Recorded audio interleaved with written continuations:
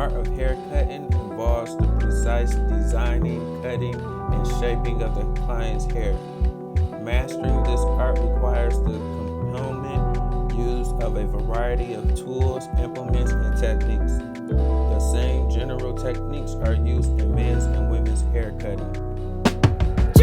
The difference between the two are equally evaluated in the overall design line, the contour or shape, and the finish style. A good haircut is the foundation of a good hairstyle. The importance of a simple truth cannot be overstated. To perform a good haircut, you need to be able to cut, blend, and taper the hair using clippers, shears, and razors. Practice and application of these skills will help from the foundation for your future success. However, the learning doesn't stop with the barber license. When working in a barbershop, there will be occasions where clients request a haircut that you might not feel comfortable about performing, or that requires that you to step out of your comfort zone. This is to be expected, so do not panic. If you learn the basics while in school, you should be able to create a plan of action that utilizes a skill you master so that you perform the haircut with confidence. Hairstyling has been defined as the art of arranging the hair in a particular style that is appropriately suited to the cut and that fits the best client physical characteristics and personality. In men's haircutting, very often finished cut is the style. When we use the term styling, we usually refer to combing, brushing, blow drying, or other methods using to direct or place the hair into a finished look. Both of the haircut and style should accumulate the client's best features and minimize the weakness ones. This rule requires that the barber consider the client's head shape, facial features, neck length, hair length, and hair texture. The barber also needs to be guided by the client's preference, personality, and lifestyle so the client can manage the style in between shop visits. The client constellation is a conversation between you and the client about the client's desires and expectations of the service you will perform. It also facilitates the hair and scalp analyst step so that you can determine what can or cannot be done with the client's hair with help to eliminate any guesswork about the hair cut or style to be performed. During the constellation, you should be able to determine the client's want his hair to look like or able to do his hair, discuss the client's lifestyle as it relates to his daily hair maintenance, identify hair conditions such as density, texture, or length that may limit or enhance cutting and styling options, discover scalp conditions that may prohibit moving forward with the service, identify hair conditions that require special treatment, offer other professional advice or alternative suggestions, agree with the client on the type of haircut and finishing services to be performed. With the information, you make a more informed judgment about what can or cannot be done to meet the client expectations. After draping a client and facing him toward the mirror, you can begin with the constellation with a few basic questions. How long it's been since your last haircut? Knowing that on average, hair grows at a rate of a half per inch per month, you should be able to envision the preferred length of the hair before it grew out and needed to be cut again. Do you prefer a similar style, or are you looking for something new? The answer to this question can lead you directly to the cutting stage or further discussion with the client about appropriate styles and options. What is your usual morning routine? This answer will indicate how much time the client is willing to spend on his hair care every day. Did you have any particular problems with the previous cut or style? This question provides the client an opportunity to open dialogue about specific hair-related issues such as problems, areas, length, fullness, growth, and wave patterns, hair texture, density, and color. Next, you will need to know more details to visualize what the finished cut and style should look like. While analyzing the client's hair and scalp, Ask specific questions about the style for the client expects, and then clarify the answers. A little off the top, just a trim, and over the ears are some commonly heard phrases in the barbershop. But what do these phrases actually tell you about the haircut? Will you feel confident about cutting a client's hair without finding out just what the client means? Consider some of the reasons why these phrases do not provide any information for you to proceed with the haircut. As you may note, they do not confirm what the client means. How is a little measured? Is it 1/4 inch, 1 inch, or somewhere in between? What does the client consider a trim? Clean up the hairline, take a half off, all over around, or something else? To the client, does over the ears mean covering the ears or cutting around the ears? These are just a few examples of misinterpretation that can occur during a constellation, and why it is important that you listen and understand what the client is telling you. Before beginning a haircut, explain or summarize what you will be doing based on what the client has told you. Use the mirror to show him how you have interpreted what he has said. When in doubt, ask more questions for clarity.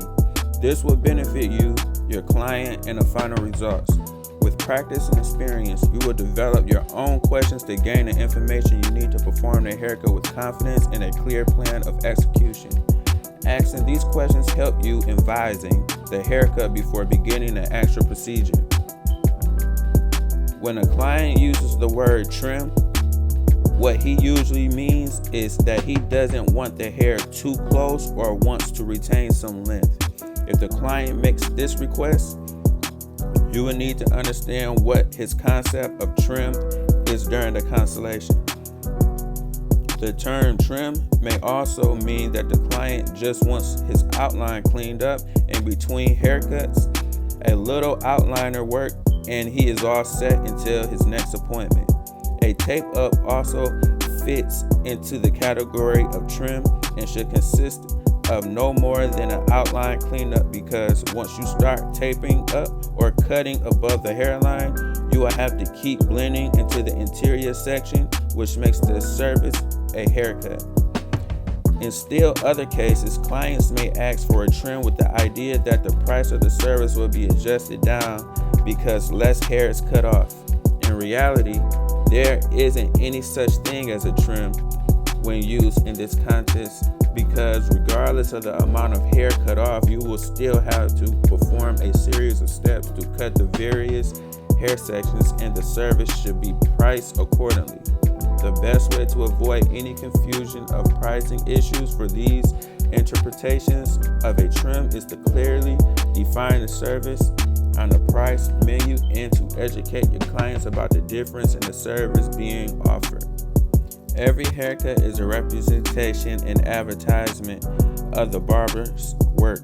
Pay attention to the details such as client's comfort, sideburns length, outlines, balance, and proportion, and always remember that the haircut is the foundation of the hairstyle. In order to provide service that will make your client barbershop experience an exceptional one, you need to have good understanding of the automechanical features, terminology, and techniques that relate to hair cutting and styling. As a barber, the anatomical features that will most influence the haircut and style design options for clients are his facial shape, head shape, profile, neck length, and size and placement of his ears. Facial shapes. The Constellation should provide significant information about the client's lifestyle and personality, suggests a suitable style, but a study of facial shapes that will assist you to determining the best style for your client's features. The facial shape of each individual is determined by the position and prominence of the facial bones. The 7 general facial shapes are oval, round, inverted, triangular, square, pear-shaped, oblong, and diamond. In order to recognize each facial shape for For the purpose of the offering corrective advice, you will need to be equivalent with the characteristic of each type. With this information, you can suggest a haircut and style that complements the facial shape, similar to the way that certain cloth flatter the body. To determine a facial shape, divide the face into 3 zones: forehead to eyebrows, eyebrows to end of the nose, and end of the nose to the chin. Envision these divisions while reviewing the following facial shapes. Any hairstyle that maintains the oval shape is usually suitable. Change the part or redirect the hair to experiment with different looks. The aim here is to slim the face. Hair that is too short will emphasize the fullness of the face. Create some height on the top to lengthen the look of the face. An off-center part in some ways at eye level will also help lessen the full appearance of the face. Beard should be styled to make the face appear more oval. Inverted triangular, this facial shape has over-wide cheekbones and a narrow jawline. Keep the hair close at the crown and temples and longer in the back. Try changing the part and the direction of the hair. A full beard helps to fill the narrow jaw. Square. This shape has an angular feature at the jawbone and forehead. Use wavy bangs that blend into the temples as an astronomical line. Minimize the square look by directing more hair to the temple areas. Beard should be styled to slenderize the face. Pear-shaped. This shape is narrow at the top and wide at the bottom. Create width and fullness at the top, temples, and sides to produce balance. Short, full styles are best ending just above the jawline where it joins the ear area. A body wave or medium-sized curl pattern is another way to achieve width at the top. Beard should be styled to slenderize the lower jaw area. Oblong. The long face needs to be visually shortened and angularly softened. Layered bangs brushed to the side over the temples can camouflage the front hairline, giving the illusion of a shorter facial shape. Wearing a mustache also helps to shorten the look of a longer face shape. Diamond. This face shape is narrow at the temple and chin. Create a style width or fullness at the temples. Keep hair close to the head at the widest points of the face.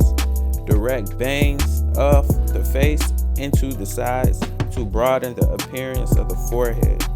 A full square or rounded beard is also appropriate. Generally speaking, the basic shape of the head consists of round proportions such as the crown, parietal, and occipital areas, concave curved areas as found below of the occipital to the nape, and proportion of flat areas in the top and side sections. However, not every client head shape conforms to this general description, and that can create particular haircutting styles challenge for the barber. For example, a head shape that is more pointed at the apex may require longer hair lengths between the temporal or top area to create the illusion of roundness and evenness through the section. In other cases, the client might have one or more ridges of scalp through the occipital area rather than a smooth curve to the nape area. Leaving the hair slightly longer in this nape area can help camouflage the ridges, while close cutting only makes them more visible. As a barber, you will see many variations of head shapes, and these variations will influence cutting techniques that you use and the style recommended. You should be aware of your client's profile since it can influence the appropriateness of the haircut or style he wears. You will need to study the position, shape, and size of the forehead, nose, and chin, and both sides, and full face views to determine the best look for your client. Straight profiles tend to the most balanced in proportion because the forehead and chin align with only a slight curvature. A variety of hairstyles are appropriate for this profile type. Concave profile have a prominent forehead and chin. Use a close hair arrangement at the forehead to minimize the bulge of the forehead. Convex profile recede at the forehead and chin. This profile can appear straighter by creating the appearance of balance from the forehead to the chin. Experiment with arranging the hair at the front hairline to add value to suggest the client wear a beard or goatee. This will help to balance out the projection of the nose by adding bulk to the features that recede. Angular profiles have a receding forehead, but the chin tends to jut forward. This profile can appear more balanced by arranging the hair over the forehead by adding a mustache and a close-cut beard to minimize the look of the protruding chin. Prominent nose shape includes a hooked nose, large nose, or pointed nose.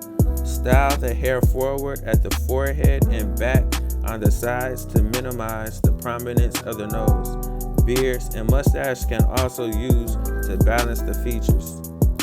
Small to average nose shape usually requires shorter haircut styles because the style or heavy feature associated with the prominent nose shape are not an issue.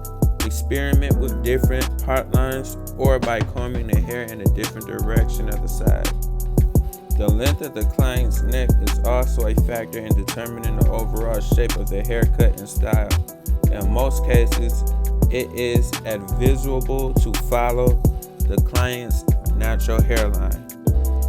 However, sometimes an over long or very short neckline limits the options. You will have to consider the length of the hairline and the growth pattern and density of the hair at the nape to determine a more suitable design for your client. Reviewing the following guidelines for working with different neck lengths. A long neck can appear shorter if the hair is left fuller or longer at the nape, avoiding cutting into or above the natural hairline, as this will only make the neck appear longer.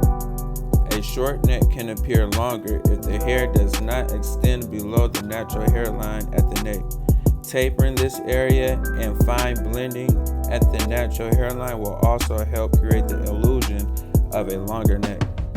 The size and placement of the client's ears is important to a haircut design because this characteristic helps to determine the most appropriate length or thickness for the hair at the sides of the client's head and for the length of the sideburns. For example, a client whose ears have a tendency to stick out might prefer a style that leaves the hair fuller on the sides or a style that covers the top of the ear. Either option will create the illusion of less distance between the client's ears and his head.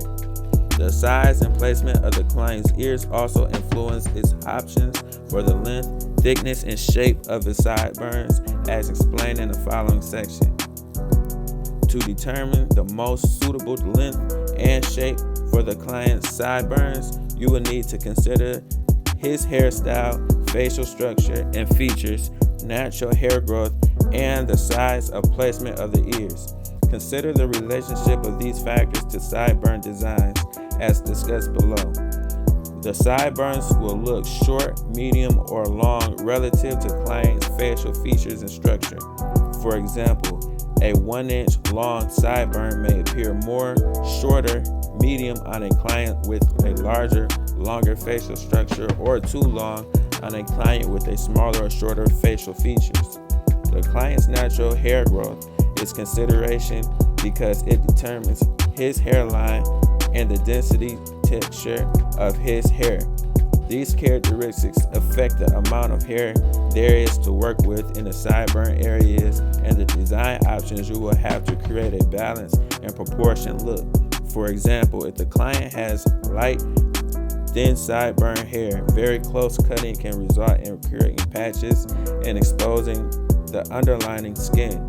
Conversely, dark, thick sideburns, hair may require very close cutting and tapering to reduce the appearance of weight and to create balance with the haircut. Like his facial structures, the size and placement of the client's ears will determine if the sideburns are considered short, medium, or long relative to his particular features. For example, a short sideburn for a client with a small feature might be ½ inch long, and a short sideburn for a client with a larger feature might be 3/4 inch long. Some guidelines for designing sideburns are as follows. The length, shape, and density of the sideburns influence the look of the haircut and the client's facial features overall. Be aware of balance, color, and proportion when cutting in the sideburns. Sideburns should appear even in the length and thickness when viewed from the front, preferably in the mirror. The density of the sideburn should blend gradually from the hairline into the side section. Autonomically, features such as the facial bones may be used as a general guideline for trimming sideburns, but it must be remembered that few people have truly symmetrically features. Therefore, a ½ inch long sideburn on the right side might need to be slightly shorter or longer on the left side to appear even when viewing the client from the front. Sideburns should complement the facial shape and hairstyle. To create consistent and successful results in haircutting, it is necessary to understand the shape of the head. Hair responds differently in different areas of the head because of the curves and changes from one section to the next. Visualizing the sections of the head form a present in this textbook will help you to know where to start a haircut. Develop patterns or steps for cutting specific styles. Eliminate technical mistakes when blending from one section to another. Reduce confusion when cutting because you will know where you are in the cut. Facilitate easier checking of the final result. Front, top, temporal, crown, sides, sideburns, back, nape. Reference points are points on the head that mark areas where the surface of the head changes or the behavior of the hair changes as a result of the surface changes. These points are used to establish proportionate design lines and contours. The parietal ridge is also known as the crest. It is the widest section of the head, starting at the temples and ending just below the crown. When a comb is placed flat against the head at the side, the parietal ridge begins where the head starts to curve away from the comb. Parietal ridge is one of the most important sections of the head when cutting hair because it serves as a transition area from the top to the front, sides, and back section. The occipital bone produces at the base of the skull. When a comb is placed flat against the nape area, the occipital begins where the head curves away from the comb. The apex is the highest point on the top of the head. The four corners are located by crossing two diagonal lines at the apex. The lines will point to the front and back corners of the head. Taper or tapering is the action of gradually increasing the length of the hair from one point on the head to another without any of the lines demarcation such as gaps or steps. The primarily steps areas of a cut are determined by the style. For example, in a standard tapering cut, gradual tapering occurs from the hairline through the back of the side sections up on the top.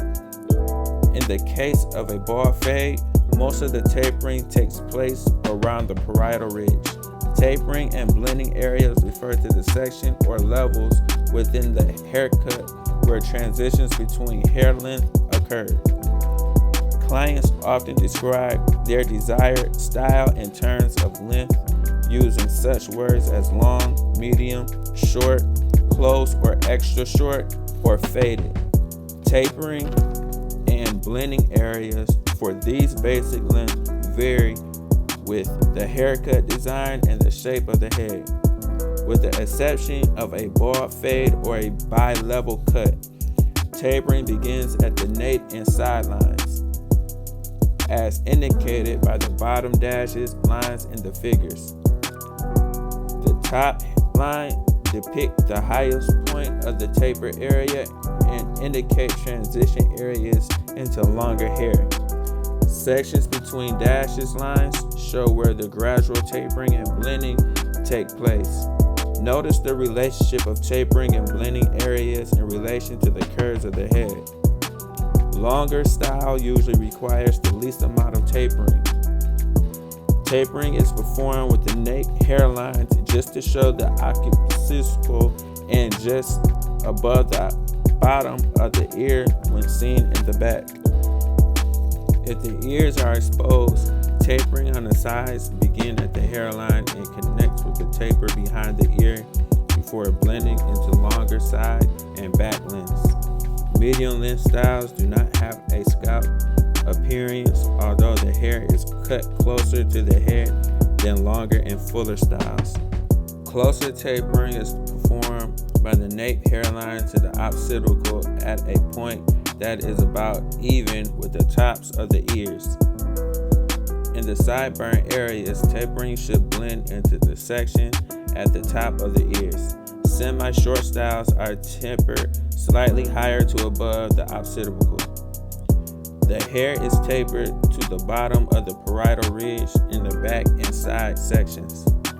Short or close style usually requires close tapering up to the bottom of the crest or at a level within the crest, ending at the curvature of the head in this area. Fade styles are cut extremely close in the back and lower side areas, become gradually longer in the crest, and are longest in the top sections. Very close cutting, including balding when desired, is performed from the nape to the bottom of the parietal ridge. Sides are cut using the next larger clipper blade to blend through the parietal area. The next larger blade is used to parietal area to blend with the top sections. Hair is cut against the grain, across the grain, or with the grain depending on the hair texture and growth pattern in the section being cut.